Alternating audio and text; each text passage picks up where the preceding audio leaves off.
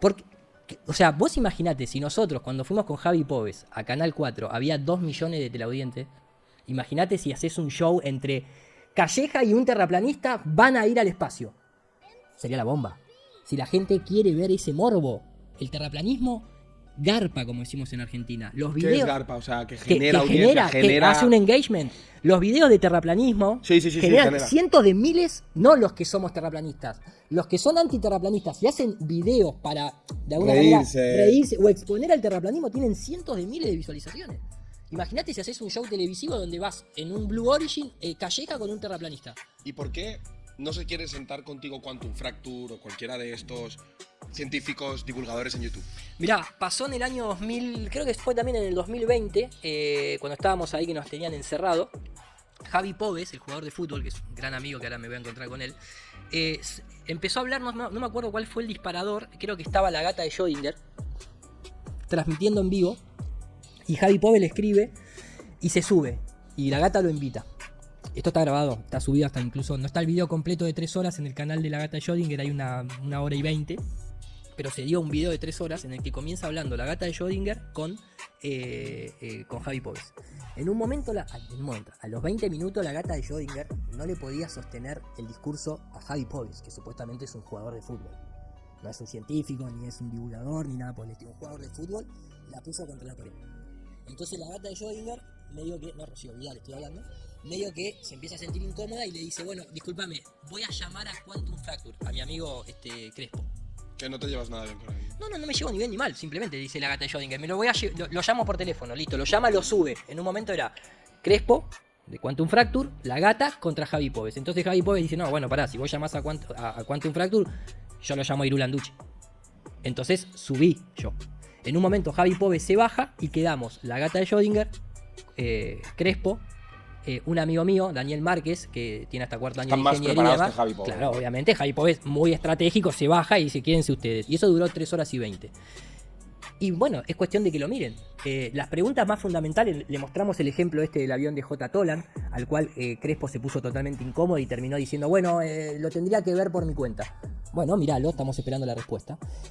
A tu pregunta de por qué no quieren, como pasó con el podcast de Jordi Wild, donde fue Carles Torá y David Parceriza, Enrique le dijo a Jordi Wild, voy con Irú Landucci, no queremos a Irú Landucci. No, ¿por qué? Porque no quieren gente que esté a la misma altura que ellos. Ellos quieren ridiculizar y quieren show. Es cuestión de ver lo que hizo Carles Torá como para darse cuenta, ¿no? Lo que hizo ese muchacho de amor. ¿Y cuánto un Santolaya tiene mucho que perder? Y yo te voy a ser sincero. A lo largo de este tiempo, hay un diálogo en un podcast de Jordi Wild con Quantum Fracture, que nosotros muchas veces lo ponemos en el año 2000, no sé si fue 2021, 2022, que Jordi Wild le dice, me gustaría traer un terraplanista, y Quantum Fracture le dice, cuidado, porque como que te agarre un terraplanista con el discurso bien hilado, y hay muchos que lo tienen muy bien hilado, te folla. Así literalmente le dice Quantum Fracture. Ellos saben que sí, te puedes encontrar con un terraplanista que tal vez es muy bíblico, es muy católico, entonces justifica cosas con el Génesis bíblico y demás. Sí. Y a ese no, pero si vos vas a un terraplanista del estilo como hoy estamos hablando y te lleva todo esto, vos no sos astronauta, Quantum Fracture. Vos no la viste la curvatura, por más que te duela acá en el corazón, por más que la defienda con numerito, con cálculo, vos no la vistes y eso no es científico. Vos no la experimentaste. Para vos es una creencia, lamentablemente, aunque sea una realidad, es una creencia. No la viste y no la vas a ver. Santolaya, de Datum Blog, se anotó para ser astronauta y pasó nada más que la primera ronda, la segunda lo sacaron. Yo creo que lo sacaron por honesto. Porque nadie va al espacio exterior. Entonces, no es tan fácil como se piensa realmente defender que la Tierra es esférica de forma demostrable. No es fácil eso. Es fácil hablar del espacio exterior porque nadie puede ir a constatarlo. Pero acá en Tierra, las observaciones, las medidas, las mediciones, no los benefician a ellos. Es decir, ¿que crees que no confrontan sus ideas? No. Porque te los comes vivos. Pues aquí hacemos un llamamiento. Cualquier científico, cualquier persona que se vea preparada para venir a debatir con Irú Landucci, hacemos ese programa. Lo hacemos, sí. Incluso y os voy a decir una cosa. Yo que me dedico a debatir, no hay nada que me genere a mí más desconfianza que un relato no quiere confrontar a su contraparte. Se lo comentaba aquí a... Sí, claro. Lo confrontaba. A mí me pasa mucho con el feminismo. Yo quiero debatir con las mejores feministas, quiero debatir con las más formadas, con las que más defiendan esa teoría, esa ideología, y no quieren, porque se les cae el cuento. Y a mí, que no quieran debatir las personas más formadas, los científicos heliocentristas más formados, sinceramente me genera mucha desconfianza. Y lo que no se dan cuenta es que al no confrontar sus ideas, lo que hacen es generar más desconfianza todavía en el sistema. Sin todavía comprar todo lo que dices, sinceramente tengo la mente suficientemente abierta como para decir, vale, eso que me has enseñado es bastante revelador, cuanto menos. Y sobre todo lo más revelador es que no quieran debatir. ¿Por qué no quieren debatir? Mirá, yo te digo, vos habías leído en un momento la de la revista muy interesante que hablaba de los 15 kilómetros de altura. Nosotros hemos lanzado, y mucha gente ha lanzado globos aerostáticos, no a 15 ni a 20, a 36 kilómetros de altura. Esto que vos ves con la línea magenta, eso sería la curvatura que debería verse a esa altitud. Y acá podés ver un horizonte totalmente recto y nivelado. Con la particularidad que nunca se ven estrellas. Que también eso es un tema bastante interesante. Esto es lo que se debería ver a 36 kilómetros de altura y no se ve. No se ve el barco desaparecer a los 5. No se ve los 357 kilómetros a los 10 kilómetros de altura. A los 36 kilómetros de altura, que tendría que ser una curvatura perceptible, tampoco se ve la curvatura. En el único lugar que vos ves la curvatura es o con un ojo de pez, como bien dice el artículo, o en la televisión, a través de las agencias espaciales. No vas a ver otra cosa que no sea un show televisivo. Vale, Iru. Sí, claro. Tienen sentido las cosas. ¿Por qué este engaño tan masivo? ¿Por qué, Iru? Bueno, mirá, yo a mí eso me gusta, mientras que vos me hablabas, obviamente estaba buscando acá a ver si estaba la de los responsables detrás de este engaño, que siempre me gusta mostrar, no sé si está acá la de los jesuitas, pero el por qué a mí me gusta dividirlo, ¿no? Porque por lo general, como vos decís, no hay una sola verdad, tampoco hay un solo por qué. Depende de donde vos te pares.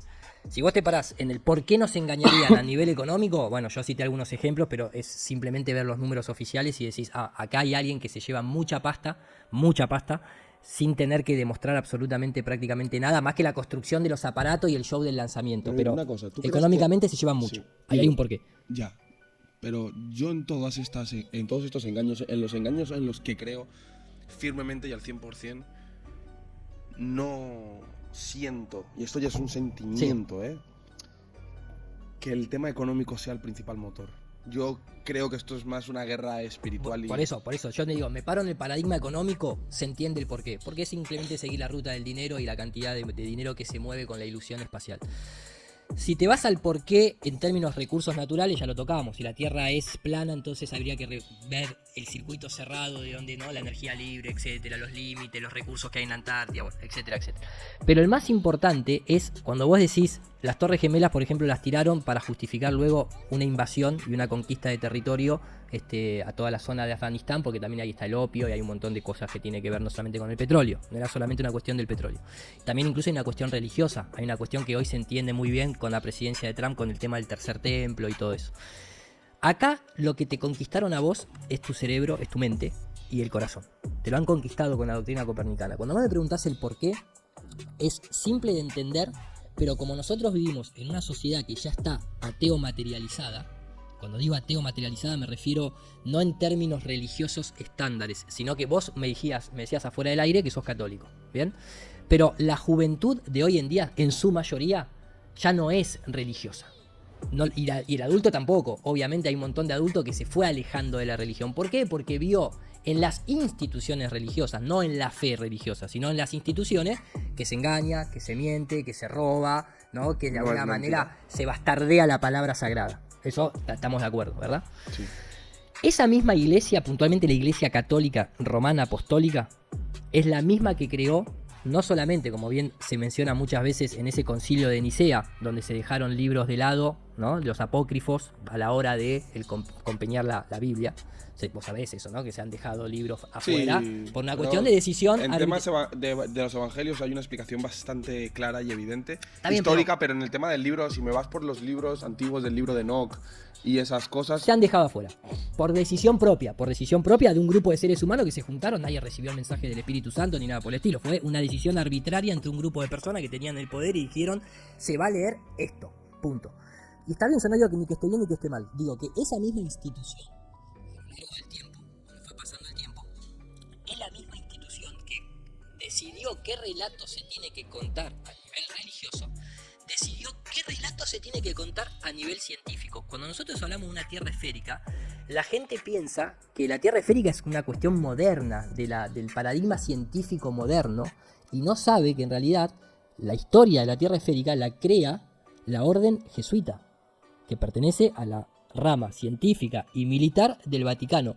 Comienza Copérnico sin hacer una sola observación del cielo, esto es oficial, simplemente haciendo cálculos matemáticos, incluso tomando material de otras personas y demás, a nivel cálculo astronómico y demás, postula la idea de que la Tierra en realidad no es el centro del universo, sino que el centro del universo en ese momento era el Sol, con órbitas circulares, y la Tierra era un planeta más entre miles, no de otros planetas, porque en ese momento no se hablaba de exoplanetas, eso lo decía Giordano Bruno, pero digamos que es un planeta más dentro de los planetas que nosotros podemos observar, ¿no? Venus, Mercurio, Saturno, Júpiter, etc. Copérnico plantea eso, por eso se llama la doctrina copernicana.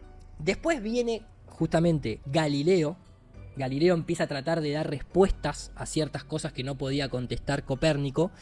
Y el mito de que Galileo fue condenado por la iglesia, eso es un mito falso que la propia iglesia lo desmiente constantemente. Incluso ha salido acá en prensa en el diario El País. Solamente lo acusó un cardenal a Galileo, que era el cardenal Belarmino.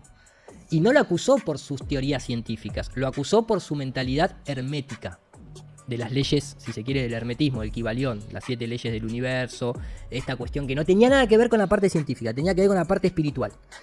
Pero como Galileo estaba muy protegido por la curia y era muy amigo del Papa, jamás fue condenado, al contrario. Galileo es el primer director de la Universidad Pontificia Vaticana, que hoy en día sigue y es la universidad con más premios Nobel de ciencia del mundo. O sea, esa idea de que Galileo fue condenado porque dijo e può si muove, es todo mentira eso. Pero todo mentira, está totalmente oficializado. Entonces, la iglesia, cuando vos decís el por qué, la iglesia siempre se encargó de control sobre el pueblo, de control sobre la gente, de mantenerte siempre dependiente del afuera. Vos necesitás a alguien de afuera que te venga a ayudar para esto, para aquello, para lo otro. Esa misma iglesia creó la Tierra esférica, que parece estar en oposición a la teoría, digamos, de la fe católica, pero en realidad ellos lo que buscan es el control, no les importa la fe. Ellos la fe la pueden cambiar. De hecho, lo que están haciendo. No tienen problema en cambiar. Estos son mis principios. Si no te gusta, tengo estos otros, ¿no? Esa famosa frase que corre por ahí. Buscá en el diccionario la palabra jesuita. Etimología de jesuita. Dice, perteneciente a la compañía de Jesús o hipócrita y engañador. Así, literalmente, figura en RAE eso. Y casualidad, la orden jesuita es la que lleva adelante toda esa parte científica de la Tierra esférica, concluyendo incluso con la teoría del Big Bang. Que la teoría del Big Bang la postula el padre Georges Lamaitre en el año 1927 al 1929, y la teoría del Big Bang está también planteada por la orden jesuita. Cierto. Entonces, cuando vos me preguntás a mí el por qué, yo te lo puedo dar como Irul Anducci el por qué. Pero por lo general, si vos sabés quién mató a esa persona, ¿qué le vas a preguntar al padre por qué mataron a mi hijo? Si tenés el asesino ahí, vos le preguntás al asesino primero, ¿no? Aquí hay una cosa que confronta bastante lo que me estás diciendo con la realidad observable. ¿No te das cuenta que lo que está bajo constante ataque por estos círculos, por la industria del entretenimiento, por la industria de la música, y viendo tu nivel de conciencia, imagino que eres plenamente consciente de que hay un ataque constante hacia la religión, hacia la figura de Jesús? En eso estamos de acuerdo, ¿verdad? En la parte del mundo judeocristiano, sí. Constantemente. Y también hay un relato muy institucionalizado de que la ciencia lo que ha hecho es alejar a la gente del catolicismo. Sí. Realmente hay un relato instaurado en el cerebro y de la masa, que es que la Iglesia Católica ha sido siempre un impedimento para el avance científico. ¿Esto es mentira lo que te estoy diciendo? Totalmente. De hecho, el padre del método científico es Francis Bacon, perteneciente a la Iglesia.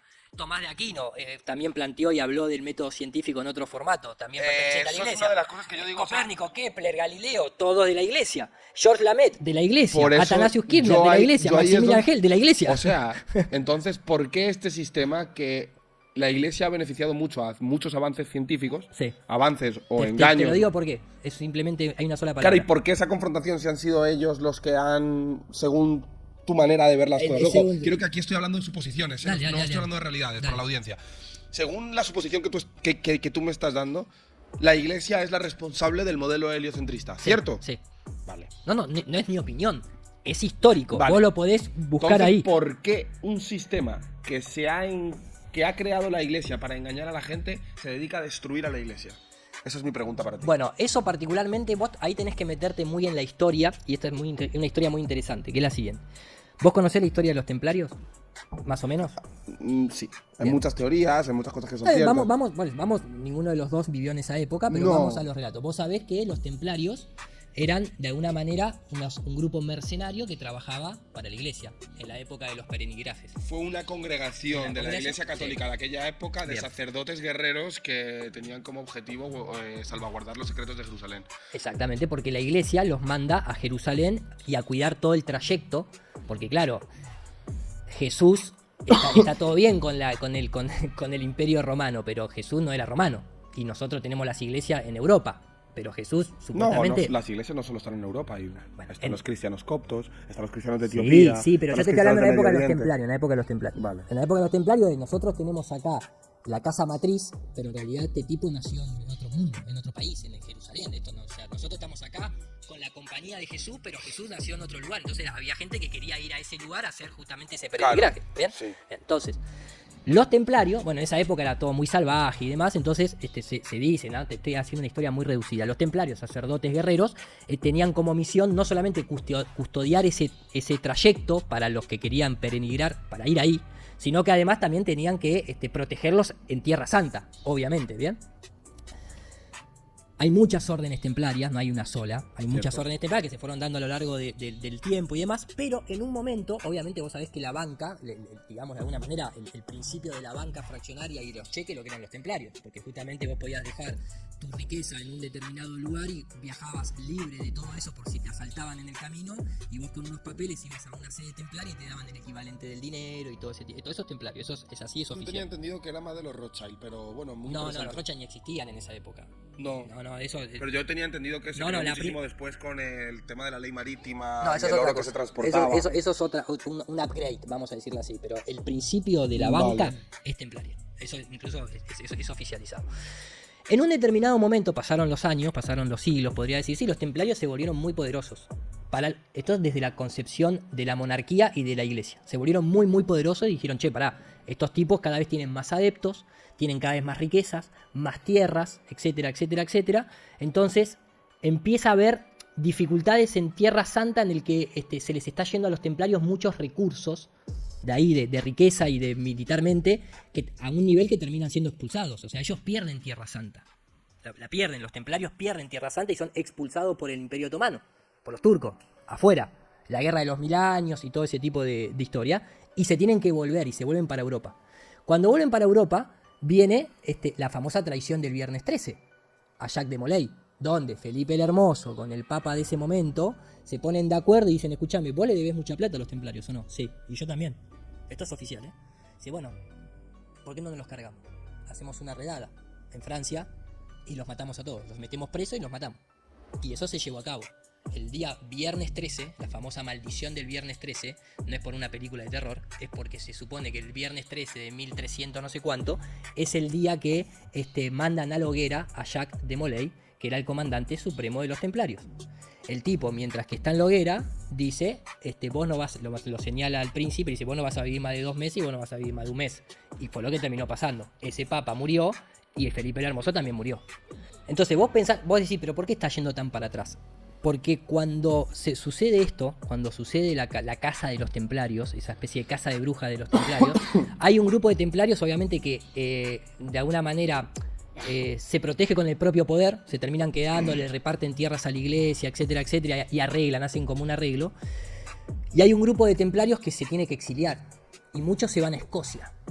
Y en Escocia crean la famosa masonería, con un solo propósito: destruir a la iglesia desde adentro. No tanto a la fe cristiana, pero sí particularmente a la iglesia, porque la iglesia los traicionó. Y a la monarquía los traicionó, los mandó al muere. Esa masonería que se forma en Escocia, de ahí habrás escuchado muchas veces que dentro de la masonería lo que más se practica es el rito escocés, justamente. Viene de ahí. Ellos planificaron eso, y ahí es cuando, vos para destruir algo tan potente lo que tenés que hacer es infiltrarte. Porque Cierto. vos no podés ir Es lo que contra- digo yo siempre, que la iglesia está infiltrada hasta Claro, el bueno, tuétano. entonces, de golpe se suceden unas cosas muy locas en la historia, que es que supuestamente un soldado que estaba en unas guerras, que ahora no me acuerdo el nombre, es el famoso Ignacio de Loyola.